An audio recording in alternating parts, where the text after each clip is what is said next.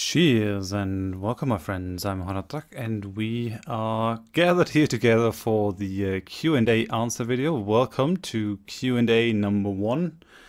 As a gameplay footage for this thing, I've selected Elite Dangerous, a game that I adore, but it doesn't really lend itself very good to the Let's Play format, just because a lot of it is, yeah, I'm not gonna say repetitive, but like trading that I've been doing for a good long while isn't the most interesting thing to watch. I tend to fly through space and listen to audiobooks, which really relaxes me for some reason. And you can see that I'm plotting a course outside of the inhabited bubble of space, to Sothis and Ceos, where I will be taking some cargo missions to bring biowaste and other stuff back to the inhabited bubble. I think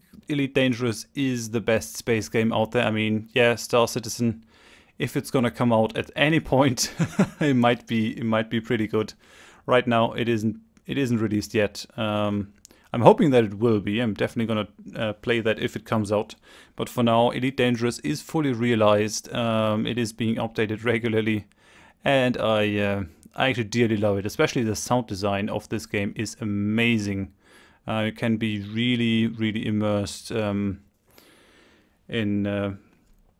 space. You really get the feeling that you're inside of a spaceship. So I choose this as a sort of background setting. I have been, I wanted to do this differently, this Q&A. I wanted to do a properly edited version, but I'm just fumbling it together now and hope that the end result is bearable for you guys.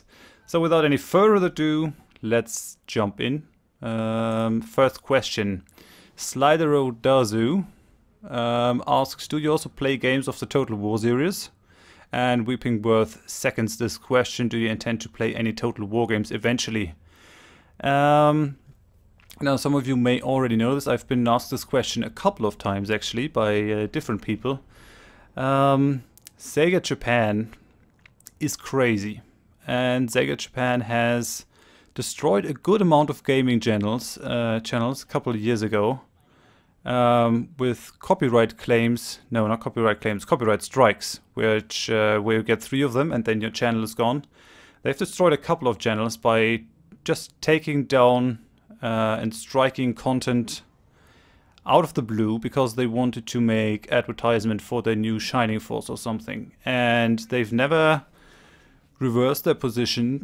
Those channels remain down. They have never apologized for just destroying the channels and possibly even the livelihoods of people out of the blue. And YouTube's system is prone to abuse, and therefore if my channel isn't really big, or I get the express permission of Sega to play their games, I mean, they might send me copies or something, but I actually stand with TotalBiscuit on this one and try to boycott these games, even though I love the Total War games. I mean, I've been playing them since Medieval 1, and then I bought the original Shogun, the first game that they made, and played that a crap ton. I've been playing, I think, every Total War game that ever came out, except for Rome 2, because Rome 2 looked like a buggy mess from the beginning. And I generally don't tend to really pre-order games, so I skipped that. And then it became apparent that it was really buggy as hell, and I just skipped it. And I never came around to playing it, mainly because nowadays I can't play too many games outside of the channel anymore. That takes up a lot of time. But yeah, I really like the Total War games. I would like to play them, but as long as they're with Sony, there's not much chance for that. It might be, I mean, if you have a channel that is, I don't know, hundreds of thousands of subscribers or even millions, then you do have some sort of protection. But a channel like mine with 1200 subs, I don't think anyone would miss that channel, really. I don't think I would be able to get my channel reinstated for some bogus claims. So life is too short to deal with people that fuck you over and don't apologize for it. So at the moment, no. Sorry about that. I like those games as well. And sadly, Sega has also bought Amplitude that make Endless Legend and Endless Space. So these games are a no-go as well. Everything that has Sega on it. And don't even get me started on Nintendo. These guys, they just don't understand the internet. Okay, let's get to the next question. You can see that we're jumping through hyperspace. We're jumping from star to star because that is the way the navigation works in Elite Dangerous. So we're jumping from sun to sun, I mean. Next question is over here. Come on. Cheyenne Ali wants to know, Horath, what do you do professionally, and how do you keep that epic beard? Well, as for the beard, I just let it grow. It is actually difficult if you make it into a forked beard, because I have to do that with some elastic rubber band to keep it in shape, and that tends to rip some beard hairs out just because of the friction and all that. So I can't do that too often, lest I lose a lot of beard hair. I will have to start to put some oil in it at some point, some argan oil. That might definitely be a thing. But other than that, I don't do too much for the beard. I just let it grow, and I'm happy to see it growing. I have to trim it from time to time, but that is fine. If you want to see a beard keeping manual, I'm gonna link you a Skallagrim video in the description. He's done one, and I think he's done it better than me. So if you want to know how to properly grow a beard, just have a look at that. And the other question, what do you do professionally? Well, I studied philosophy. I do have a master's degree in philosophy, and I haven't finished my degree all that too recently. After finishing my degree, I went into real estate facility management, looking after buildings and all that kind of stuff. I have been working in IT as well, and right now I'm mainly doing YouTube. Actually, we're in sort of a transitional time. We will be going back to Munich at some point, early next year. So yeah, I wanted to find out what I really was doing. I quit working for the real estate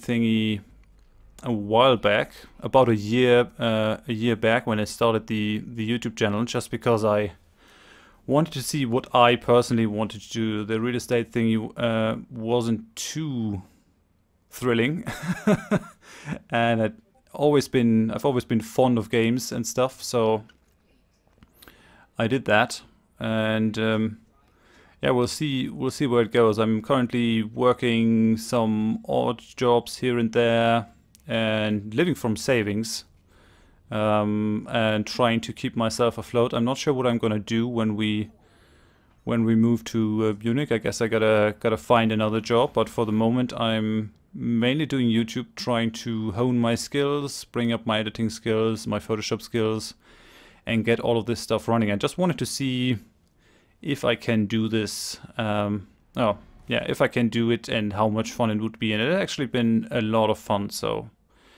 at some point, let's see if I can make it happen and can move to do YouTube full time and still stay afloat. For now, it is a pipe dream, but we'll see. So yeah, that's what I'm doing professionally. Short answer: it's complicated. Okay, next question. Question 3 over here. Neko Tom asks, I want to know why you don't go for Vikings TV series casting. Yeah, good question, mate. I like the series. 1, 2, and 3 were good. I've just seen Vikings season 4, and that is hard to stomach, that series, that season, because it is very, very weird, actually. Really weird. The only thing that I liked was the Björn Ironside storyline of that season. But the whole Ragnar Lothbrok gets high on drugs and has a slave from China. That was really, really weird. Well, yeah, the first 3 seasons, they're pretty good. You can watch them. I mean, it's all a bit much in terms of sex and stuff. I'm no detester of sex. I'm no prude. But if it doesn't really further the plot or illustrate the characters, if it is just sex, so you feel titillated as a viewer, I'm not for it. That is one of the reasons why I stopped watching the Tudors. And the director of the Viking series is the same as the guy that made Tudors, and it shows. You have lots and lots and lots of mindless sex just to titillate the viewer. But other than that, the Viking action is actually pretty nice. I appreciate that they try to stay historically accurate as much as possible. Next question. Question number 4. Dr. Klang wants to know, what is your favorite movie or movie genre? Difficult. I gotta say sci-fi, I think. Sci-fi and fantasy, I guess. I've been watching a crap ton of movies over the years. I mean, every man with any taste likes the Lord of the Rings movies because they're really, really well done. Didn't like The Hobbit at all. That was kind of weird. That felt stretched, and therefore ended up hurting the movies. Putting that into 3 films instead of 1, based on a book that was a way shorter version, way shorter book than the Lord of the Rings themselves. But yeah, I think sci-fi movies is what I like. Really like The Martian. That was a very good one. I mean, sci-fi has kind of dried up in the past, but I'm not watching too many movies nowadays. I'm mainly watching TV series. I mean, I enjoyed The Sopranos. I'm not quite a fan anymore of Game of Thrones. I think they have been concentrating too much on making characters look like badasses. Everyone over there is just a badass who has a couple of one-liners and gets to kill someone, which is very far removed from the books by now. I think the first couple of seasons were better. It's still a great series though, and it is nice to see them having a lot of budget for this kind of stuff, so that definitely makes me happy. Yeah, but other than that, movie genre, it's not that specific. I like war movies if they are anti-war movies. I really like Das Boot, the German submarine movie. That was incredibly well done. It's also a TV series in Germany, split up to 6 parts, but that is actually quite old, I think. But other than that, I've mainly been watching series like House of Cards and stuff like that. Sopranos. And there's also one series that I really adore, that is called Grand Designs. That is being came originally from the United Kingdom, where you have an architect, Kevin MacLeod, who is following people that build their own homes, and these tend to be about 50 minutes.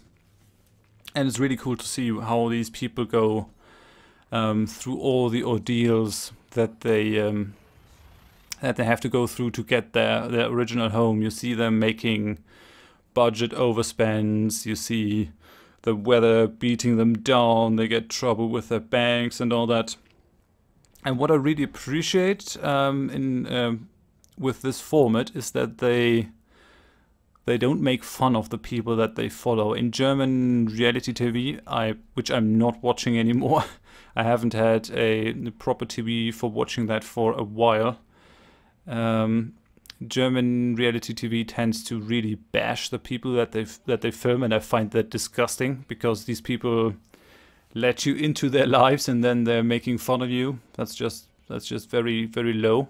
But Ground Designs actually does a really good job of following home builders, and really helps you develop your taste in architecture. You see modernist glass boxes, you see eco builds, you see all kinds of stuff, and it's really, really interesting and well done. There are 12 DVD seasons out there, so yeah, that is definitely worth a watch if you're looking for recommendations from me. Okay, next question. Question 5. We do have 20 questions, so we're about 1/4 through. Insert username here wants to know what's your favorite game and how would you make Stellaris, or however you spell it, better. Making Stellaris better, which might be the easier and the more difficult question at the same time here, but it might be the shorter question, is I'm just going to trust in Paradox.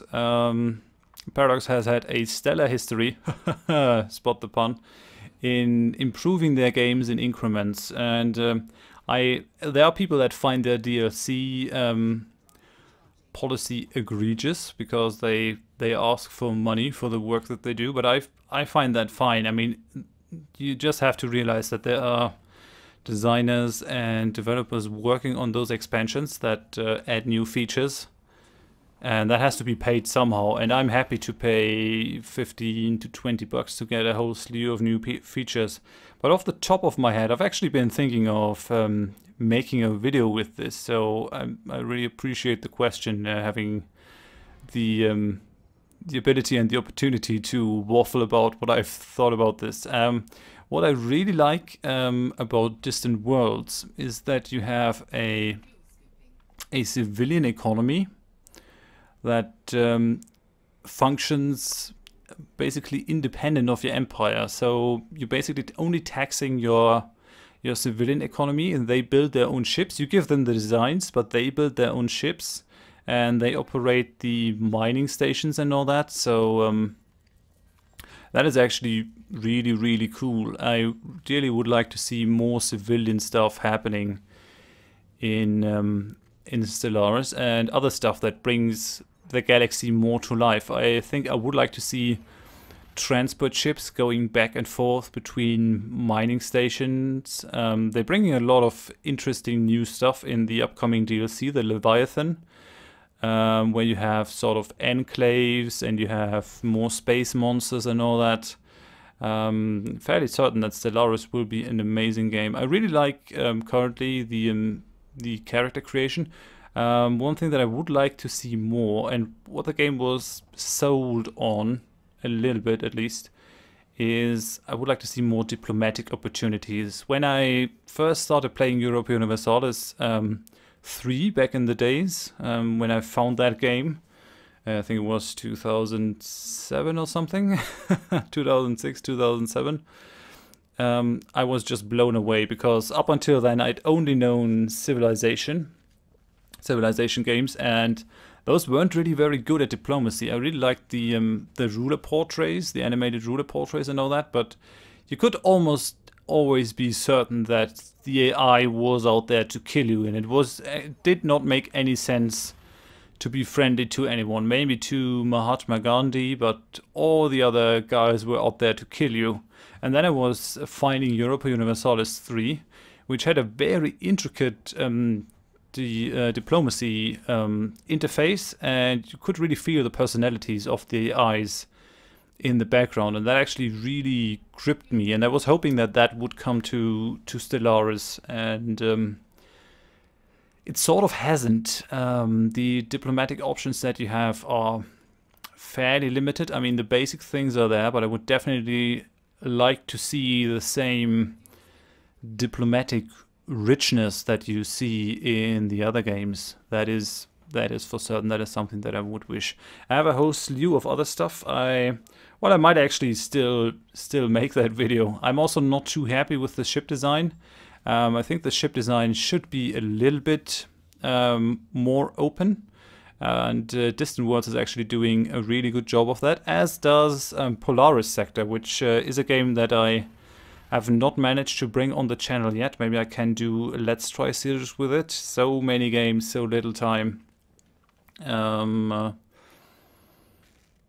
But yeah, that basically allows you to puzzle your ships together. So you have your components that take up a certain amount of space, and you have to puzzle them on the decks, and you have to position the weapons in certain positions, and that gives you a very interesting sort of minigame. Minigames do have a bad ring to their name, but if they're done correctly, they're not really minigames. You can see over there me fucking that up and getting too close to the sun, so that it pulled me out of Super Cruise. I have to realign myself, have my frame shift drive cool off. Yeah, so ship design could actually be improved a whole lot. It is there, but it sort of feels a bit tacked on in Stellaris. There are some strategies that you can do, and other strategies will get eliminated. And it is actually, yeah, they are improving on it, so I'm pretty certain that we're gonna see more. Yeah, that's about it for that question. Let's move on to the next one. Question number 6. Really gotta bring up the speed on these. I'll run out of footage. Do you see yourself continuing Let's Plays for years to come, is what Skallagrim Dual Wield wants to know. Yes, absolutely. This channel is here to stay. I'm not going to go anywhere. I mean, I might have to go and search for another job when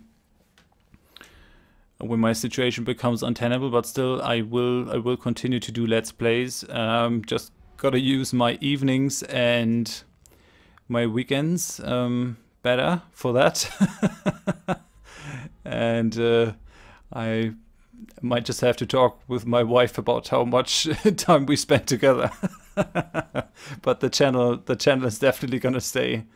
So yeah, I'm having a lot of fun with it. I really do, and it's really nice to have a community and people that I can talk with and theory craft with, speak about games. That's what I always wanted out of this, so that makes me really happy. Just got to take a sip of the tea because I've been talking non-stop for 23 minutes. Let's go to the next question. Question number 7.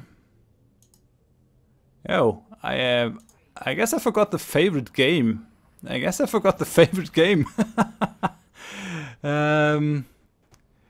So we got Silver Boo over here. Let's add the other question as well. What was it? I think number 5 over here.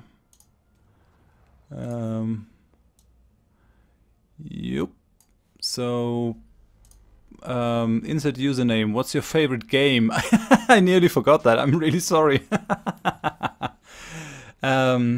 Favorite game. That's actually really difficult because I have a lot of favorite games. If you go by hours played, I'm just gonna hide Cerebro's question for a minute.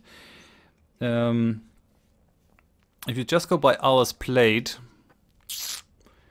it might be Europa Universalis, especially if you put together Europa Universalis 3 and Europa Universalis 4. And Mountain Blade, I think, is also very far ahead. But then, on the other hand, the concept behind games. I'm also playing a crap ton of Elite Dangerous, the game that you're seeing footage of right now, just because I really like the idea of going out into space, flying spaceships, exploring a world and all that. So I really like that. I also really love all these Space 4X like Stellaris and all that. Dwarf Fortress is a game that I like. I'm really working hard to learn that because It is a fairly complicated game with not too much of a easy UI. I'm not gonna say it has a bad UI, but it has a difficult to learn UI with all the hotkeys and stuff. But yeah, generally I tend to favor 4X games. On the other hand, I'm a great fan of role-playing games. It's difficult to bring the role-playing games on the channel because because they take so much time to actually play. But I really like the Witcher series. I've been playing a lot, and I mean really a lot of Skyrim and also of Morrowind. I think Morrowind is an even better Bethesda game for that, but yeah, I really like a lot of games. A favorite game? It's really difficult. I'm not sure if I could if I could live with just one single game. If I had to do that, let's say I had to go to a lonely island with one single game.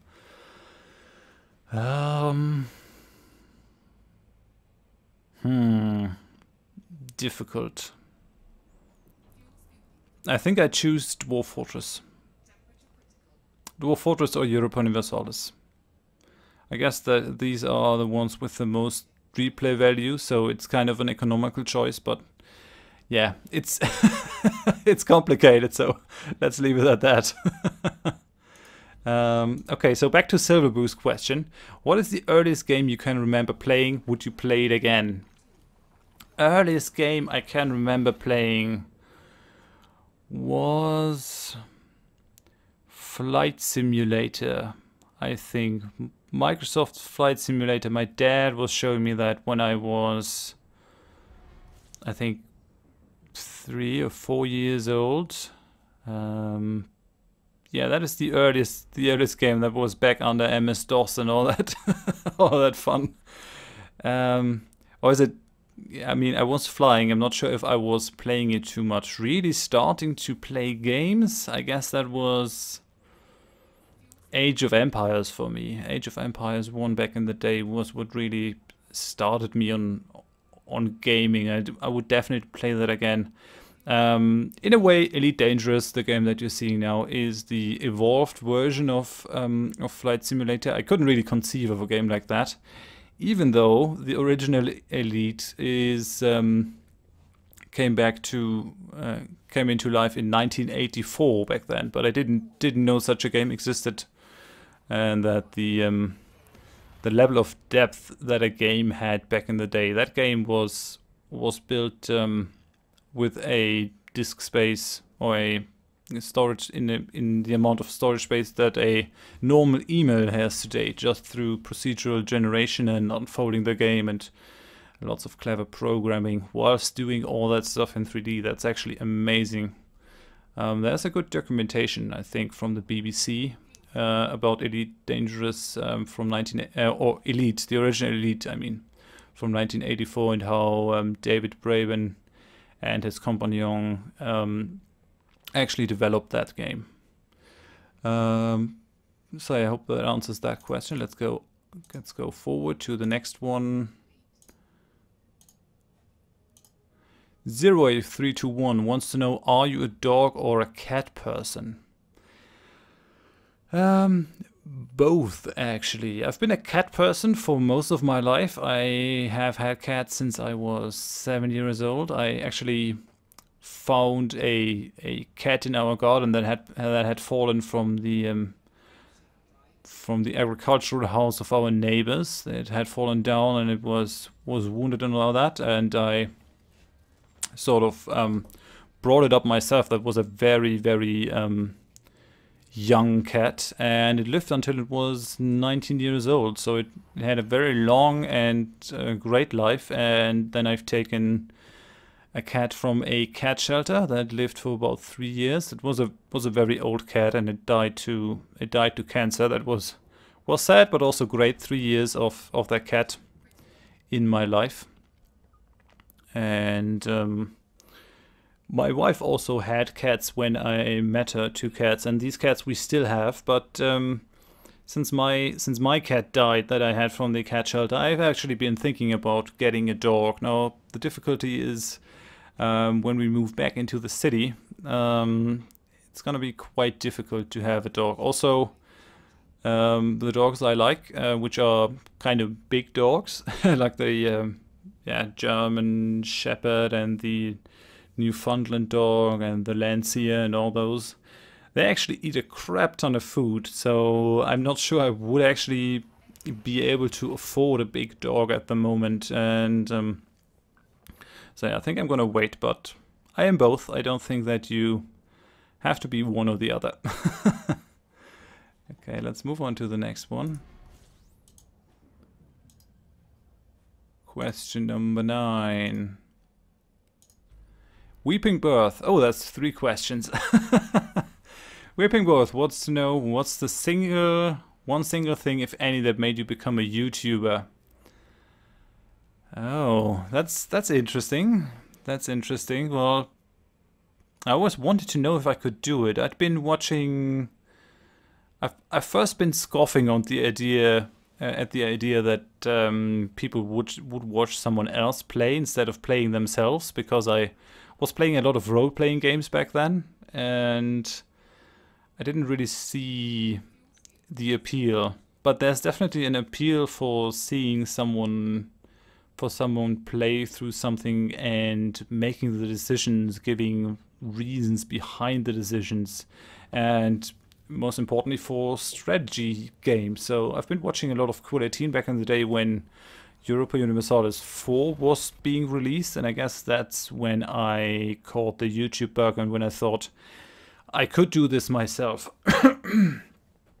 So I made a channel back in 2013, but I was still working on finishing my master thesis back then.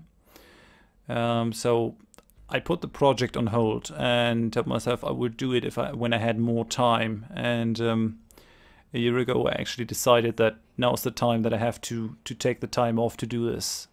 Single thing, if any. Yeah, I think it's theory crafting, talking about games and sharing the experience. I've always been thinking about scenarios with backstories and all that stuff, but up until now, that's all been happening in my head, and now I can share it, which is great. Why did you choose the name Horath Drak? What does it mean? Yeah, that's been a question that I've been getting quite a bit lately. It's just a name that I made up. I found the surname or the first name Horath. I found that in a book by a dark fantasy author, David Gemmell. I think the book is called Under a Dark Moon. I'm not sure. And one person was named Horath, and I really liked the name. And then Drak or Drak. I found that in a game. I found that in Gothic 1 there was a... Gothic 1 is a great role-playing game, made in Germany actually. And one character, one Templar over there, was actually called Gornadrak, I guess. So they had this Templar sect in Gothic. You had 3 camps in the Gothic game. The idea was that these guys were criminals that had to work the mines for the king, and to do that, the mages wanted to put them into behind a magic barrier. And something went wrong, and the magic barrier was increased tenfold. It became way bigger, and the prisoners actually took over. They killed all the king's men and all that, and then started to negotiate with the king. So telling him they would give him a quota of this magical ore that they were bringing out for food and other stuff from the outside world, because things could pass the barrier inside, but once a person was going through in one direction on the inside, he couldn't get outside again. And there were 3 camps in that. The Swamp Camp was one of them, and they had these Templars, and one of them was called Gorna Drak, and I liked the Drak thing, so I kept that, and that is how Horath Drak was born. That doesn't really mean anything, but it has been sort of my internet alias for a long time, and I chose it to do the YouTube thing as well. There might have been other better names for it, but I guess I've become attached to it, so that's that. Number 3, what is the best thing about living in Germany? I haven't really thought about this too much. I've thought about a lot of bad things about living in Germany. But I sort of do have a perspective on this because I've actually been born in Switzerland. My parents are German. My father was working in Switzerland as an engineer back at the day. So I'm German. I'm not Swiss, but I've spent the first 7 years of my life in Switzerland, which was an interesting experience. So when we came back to Germany, even though I was a German, I was sort of an outsider. So I had a bit of a look from the outside on Germany. Well, what I like, it is a bit of a double-edged sword, but I like that Germany is actually very orderly. It's very very orderly thing. So you have clean roads and streets and all that, but it can on the other hand also be very oppressive if people are always very strict on the rules. That's just that can be annoying.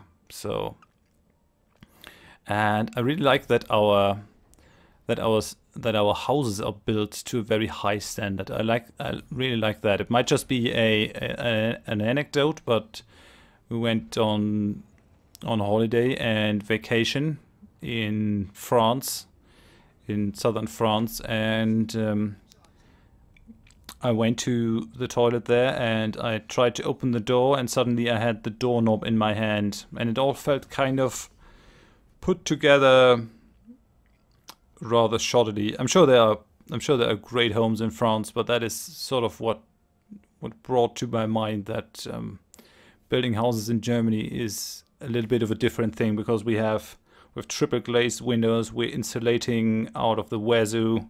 Everyone has their solar panels on the roof and all that. It's being done in a very sustainable way, which might be sort of the German way to do things. I'm really glad that Germany is no longer in a warish mood, always wanting to go to war, knowing no other honor than doing all the war nonsense. So yeah, I hope that answers that. Enough of me waffling on about that. That was question number 9. Now we're gonna go to question number 10. Holy cow, this is taking forever. Jesse Chapin, if you were a genie and someone asked you this wish, I wish you would not grant me this wish, what would you do? Yeah, difficult. Difficult.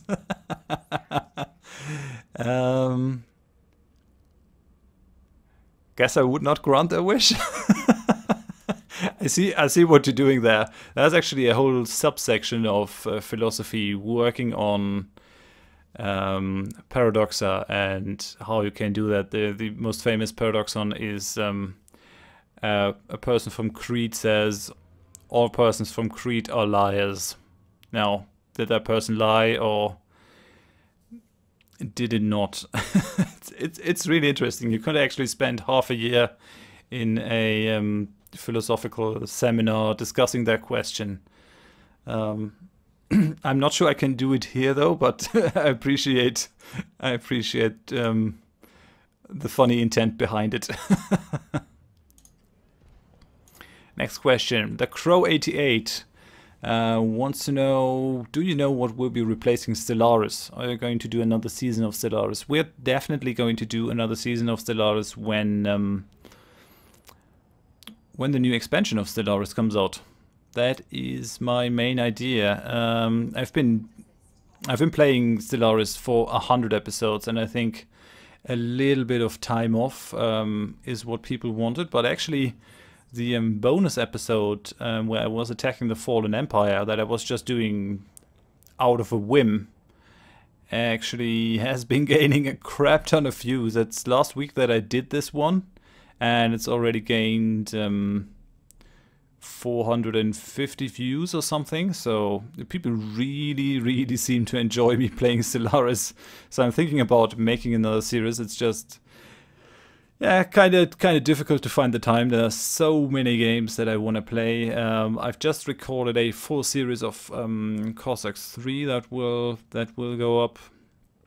Well, yeah, we're definitely going to have more Stellaris. I also want to play Polaris Sector and maybe another Distant World series. More space game in any case. We haven't had too many space games yet. Yeah, I hope that answers that. Stellaris will come back to the channel soonish. At the most, or at the latest, when the new DLC releases. Next question: where do you live in Germany? What's your favorite game? I already answered that one, sort of, with a lot of rambling. I live between Ingolstadt and Regensburg. Sort of 100 kilometers north of Munich. So I live in Bavaria. And it's actually quite nice here, but we're planning on going back to Munich at some point early next year. So yeah. That was, what's that? Question number 12. So let's go to question number 13. I'm actually running out of footage to put behind this. What's your favorite country for holiday? And if I ever been in the Netherlands is what Piotr Melkpot wants to know. My favorite country for holiday.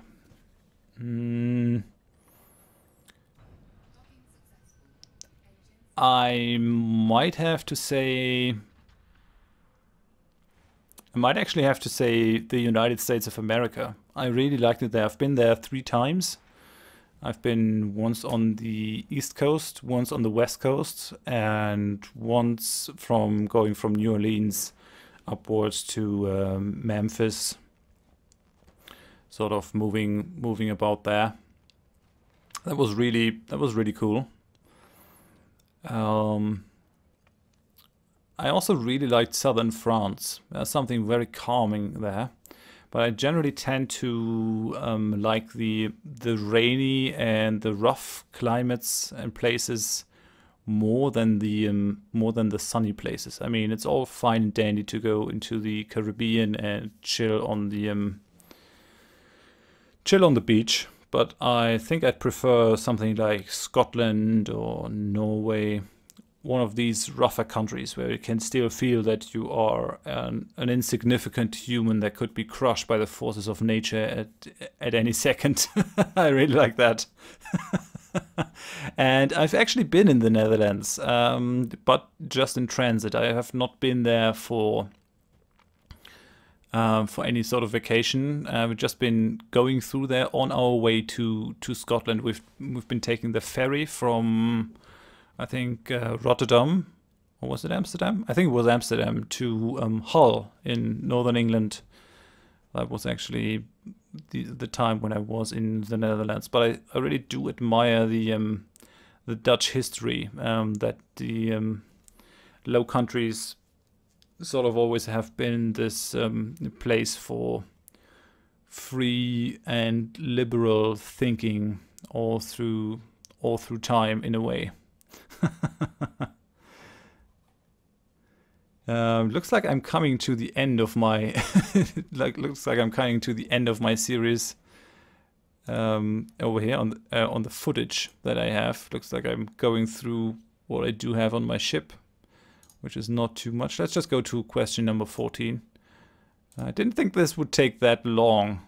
Fabu H, where do you see yourself in the channel a year from now, and when will you bless us with Twitch streams?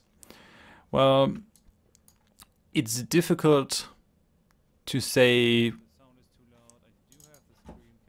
I'm sorry about that. So I ran out of footage. So I'm just going to show you this a second time.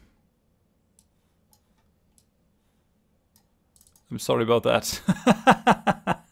Yeah, didn't think this would take as long as it does. But yeah, where do you see yourself on the channel a year from now? I'm hoping to I'm hoping to break the 10,000 subscribers in a year from now. I've been doing this nearly a little bit over a year. I started at the 1st of October 1 year ago I started uploading. But the subscriber numbers are not really something that I can influence very much. So I'd like to think in terms of what I personally can do. And what I can do is obviously put out videos, and I can hone my skills. So I've been working on my voice technique with a voice trainer. One, to stop my throat from getting hoarse after speaking for long, and two, also to make myself more interesting to listen to. So I'm gonna continue working on that. That is one of my goals, to make my voice interesting and nice to listen to. And then I'm also trying to hone my skills in other ways. I'm trying to get better at let's play pacing and sort of playing and presenting games, doing interesting stuff in these games. I am working on my Photoshop skills to make better thumbnails. I am working on my editing skills, which didn't work for this video. I really wanted to do it, but it is sort of bad when people are actually waiting for the video. That's kind of problematic, and I didn't want to let you guys wait any longer, so I just thought I'd put this together in some form or fashion now, rather than have you guys wait for longer. So, but I'm working on my editing skills so that I can put out more tutorials and more tips videos, more edited content, because people seem to really like that. I've put out over 1,000 videos now, and of these 1,000 videos, the couple of edited videos that I put out, the tips videos for Fallout 4, for Stellaris, and for Hearts of Iron, have been getting crazy amount of views, just because people are searching actively for them, and that actually gives my channel the exposure to grow. So I want to do more of that stuff. And then I also want to stream. Yeah, I'm really sorry for putting off these streams, but I'm kind of dumb in that respect. Every Monday, every Friday, I think next week, I'm gonna set up the streams, and I'm gonna do this and that and then the other. And then I start recording one Let's Play series or the other. So this week I've been recording, this week I've been trying a new way of producing videos. Normally I tend to record 7 videos from each series for the next week, and then I gather the feedback of you guys, and then I put that into the next 7 episodes. But that has the downside of me having to get into the mood for a new game every day of the week, as long as I'm recording the Let's Plays. So I've been recording one whole series of Cossacks. I've been playing through one Cossacks 3 campaign this week completely, but I actually should have done other stuff. I had a good time, but I should have done other stuff. So Twitch streams, I'm working on it. I do have a Twitch account. I need to set it up. I will. I might not be as speedy at working this because one, the streaming is sort of a commitment. I know that when I start, I have to do it. The Twitch channel is not gonna grow, so I'm sort of biding my time with that until I can do it in a comfortable manner. But on the other hand, I'm a bit afraid. I mean, I've sort of gotten kind of comfortable doing the YouTube videos with my with the limited skills that I have, and streaming is a whole nother beast. But at least with 1,200 subscribers, I know that there are some people watching, so I wouldn't be talking to myself when I actually start the stream. Or at least that is what I'm hoping. So soon is the answer. Soon. I'm gonna do it like Valve. Soon. TM. Okay, next question. I guess that was question number 14. Question number 15. What kind of new Let's Plays are coming up soon? Well, the Cossacks 3 Let's Play is coming up soon. We're gonna have Pepper Keem, do you have cuck or cock written on your thing there? On your hat? Very, very stylish. Yeah, new Let's Play series. Cossacks 3 is coming out. And then there are a lot of new games. I hope that I can do a Civilization 6 game. I haven't tried to get code because I don't think that I would have gotten one pre-release, because my channel is just too small at the moment. But when Civilization 6 releases, I'm gonna try to do a series with that. And then obviously Stellaris, there's a new DLC coming out. I also want to bring Europa Universalis 4 to the channel when the Rights of Man expansion hits. It's gonna change the game significantly, because you don't have the westernization anymore, but you're gonna have institutions that sort of spread organically. So everyone starts out at feudal, or nearly everyone, and then you have institutions spread out that shape your land. You're gonna have the Renaissance and all these things that spread in an organic fashion through Europe and allow you to progress technologically. And I'm really looking forward to that. That is going to be a great change. And then we have the Crusader Kings 2 series that just started. Other than that, I haven't really planned ahead too much. I still want to do one with Hegemony 3. There's a DLC coming up for that, so I might actually wait for it. And if I can fit it, I would like to do a Legends of Eisenwald and even a Pillars of Eternity, but I've sort of shirked from Pillars of Eternity just because it is a very, very, very big game and would take me a long time to play through hundreds of episodes. And I guess it would be kind of kind of bad to start it and then just have it hanging in the air. I don't like to do that, so unless I know that I can see it through, I tend not to start the series, which might not be the greatest thing for a channel. I've actually seen channels do better when they do shorter series. My always having to play series for 100 episodes might not be the optimal way to do things, but it is my way. So oh yeah, and definitely Mountain Blade Bannerlord whenever that comes out. We'll see about that. Okay, image. Let's go to the next question. We have Sergikos, a YouTuber colleague and friend. What games got you into gaming and favorite games? I answered the favorite games. Don't be sorry for your question. I'm happy about all the questions that I got. I actually feared that I would get not one question, so I'm pleasantly surprised. Thank you for showing an interest in me. Games that got me into gaming. Yeah, I think it's Age of Empires 1. Back in the day, I was really blown away by the possibilities that showed. Age of Empires was back then a real big smash hit. Age of Empires 2 even more, but Age of Empires 1 was what really got me into gaming. I mean, Flight Simulator in a way earlier, but just because I didn't know that there were real games where stuff was happening.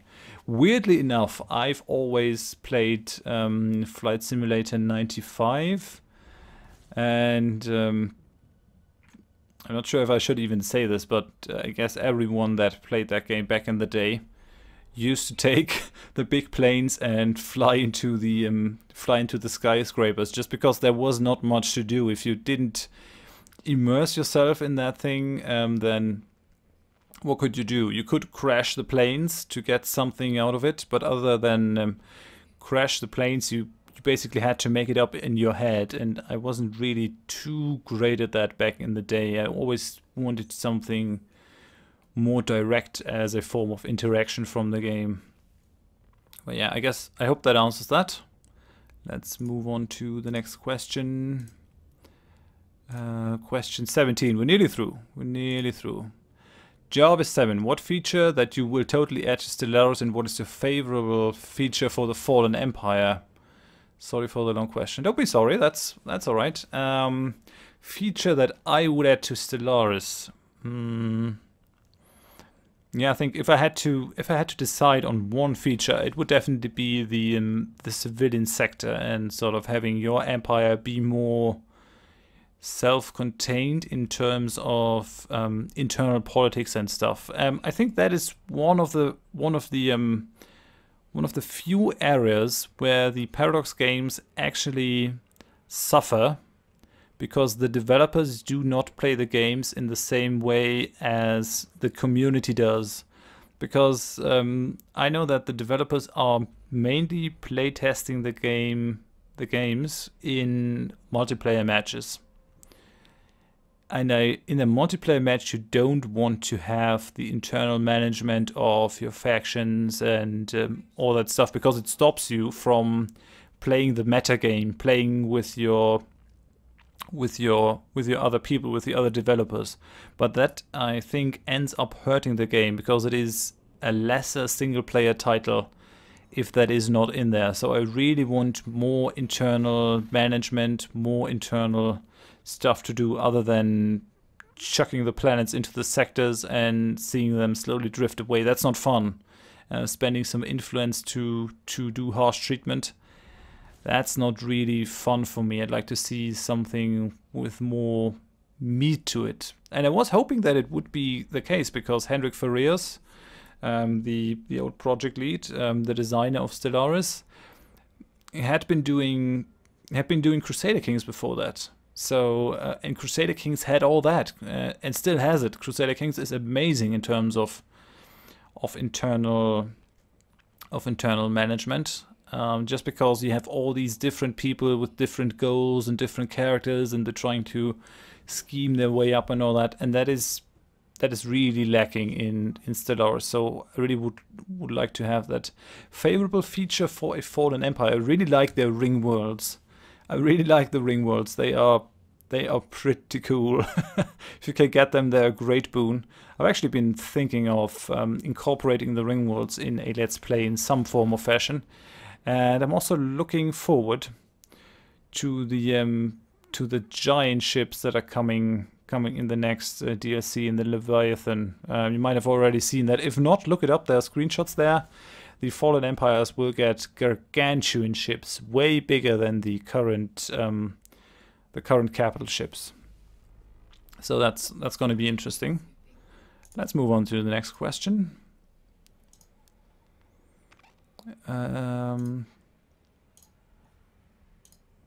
What says, please play Path of Exile. Cheers. I've been watching Quill 18 playing it. What sent me this a while ago. The Great Old One's Ward, a corrugated buckler. And this might actually pull me into the game. If there are things like that in the game, it must be a good one. The horrors we've encountered are nothing compared to the horrors we haven't. I really like that. So thanks for bringing that up. I appreciate it. At some point, maybe. Path of Exile is doesn't look like a game that you can just jump in and play. Can't really be trifled with. But I've played a huge amount of Diablo back in the day, especially Diablo 2, and this looks to be more like Diablo 2 than, let's say, Diablo 3. I was really appalled by Diablo 3 actually, with the real money auction house and all that. Blizzard did no great thing there. Okay, so I hope that answers that. Let's move to the next one. Do you play the Command & Conquer franchise? Sadly, no. I've never really managed to get into it. I was always an Age of Empires player, and for some stupid reason, I never went into Command & Conquer. There were always the real-time strategy wars back in the day, back in the 90s, where you were either on the Age of Empires front or on the Command & Conquer front. And I was on the Age of Empires front, and I never managed to get in there. And at the time, I could have gotten over all that groupthink and that tribalism. I was already kind of over the real-time strategy phase. that I haven't been playing much real-time strategy until very recently with Cossacks 3. So no, not yet. I mean, never say die. If a new one comes out and it grips me, I might have a look at it. Why not? And that is question 19. So let's go to the last question in this. German Tress says, or asks, what countries are you thinking of playing in Hearts of Iron 4 after you finish Germany? Well, we did finish Germany last week, so haven't really decided yet. I had questions. Originally, I intended to play Poland, but I'm not sure if I want to play the next game in Europe at all. So I had some questions concerning China.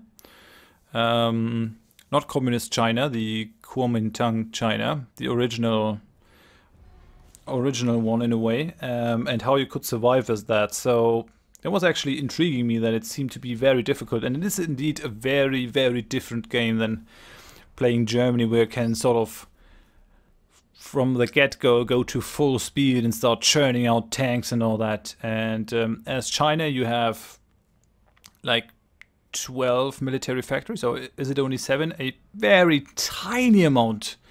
The only thing that you can bring to the table are infantry units, and it sort of intrigued me. These infantry units are badly equipped because you just don't have the capacity to equip them. So it was really interesting to see that and to sort of find out how to fight back against Japan, who is a really, really bad warmonger right next to you. And they do want your lands, and you're not really able to defend them. I found a way, and I might actually do a China Let's Play. Not a full Let's Play with 75 episodes, but just a short one, just to prove my point that you can actually stand up against Japan with certain strategies. I've seen people telling me that I should play Luxembourg. Or even Albania. I might. I'm not ruling it out. It intrigues me. The idea intrigues me, definitely. Could be very interesting and fun. But yeah, let's see. I haven't really decided yet, but China might be a possibility. I could play Fascist Russia, which you've suggested, German Trez. It could be interesting, but I think Russia is already pretty powerful when it starts. I mean, so is Germany, but because I'm German, I have sort of a historical connection to Germany. Just wanting to see how it works. I don't quite have the same connection to Russia, so I'm not sure. And the US is just frankly overwhelming. But so is Great Britain, and Great Britain interests me a fair deal. Well, I haven't really decided. We'll see, but there's definitely going to be more stuff, and there will be DLCs to Hearts of Iron 4 as well that I will be playing, so there's lots more to come. Now, that is actually the last question that I had. So thank you very much for watching this. Really do appreciate it if you watch until the end. And we're gonna do a secret phrase. Yeah, we're gonna go for Imperial Cutter, like the knife, because that is the ship that I'm flying. Write Imperial Cutter in the comments, and I know that that you have watched to the end. If you did, thank you very much for that. I hope I could answer your questions. We're gonna do another Q&A in a little while. I think this is gonna be the one. That's gonna be it for at least a couple of months. I don't think there are too many questions coming up, so I guess that's fine. But I want to do these sort of semi-frequently, just because I really like it, and I tend to not have the time to answer comments directly anymore. I really do get to answer all the questions at some point. I always try to answer to everyone who comments under my stuff. If it isn't some crap like insulting me or stuff, I might not answer to that. But if you put down a comment, I will try to answer it if it is humanly possible. But I can't really do it in time anymore. But this is sort of a way to have a heightened discussion. So I do appreciate it if you put a question in there. I hope I answered your questions, and I hope I see you in one of my series or just in the next Q&A in a little while. Yeah, thanks for that, and bye bye.